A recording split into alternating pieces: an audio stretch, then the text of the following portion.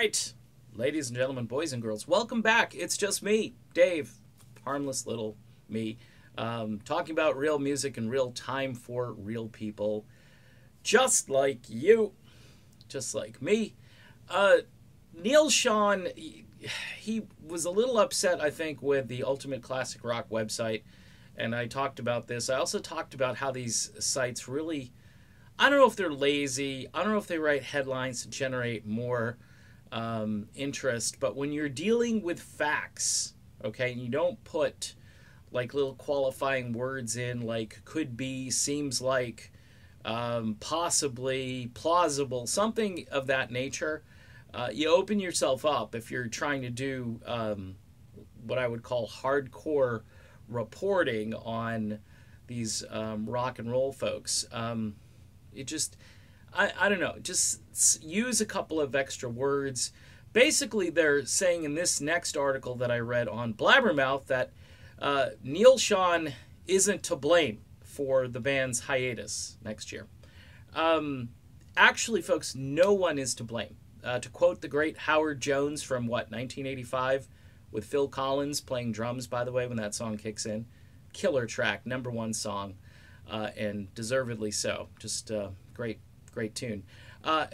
In any event, the article basically tries to imply that somebody here was to blame for the hiatus, and no one is to blame. It's basically the band and the management agreed to stop next year for a time, okay?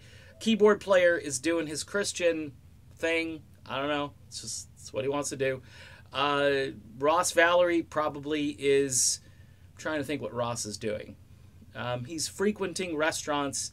Steve Smith, I know, is planning to do a lot of jazz next year based on the tweet he sent out. And then maybe toward the end of next year, you may see a little period of time where the current lineup of Journey does reunite. So, I mean, to go out there and keep this going, you know, and some would say, well, Dave, you're doing the same thing. I'm just reporting on what they're saying, or I'm just observing what they're saying. Like I say, I'm not going on here thinking that I have all the facts. These are mostly opinions that I have, and I throw them out there. Here's my opinion. The band agreed to quit for a while, and they may come back and do something.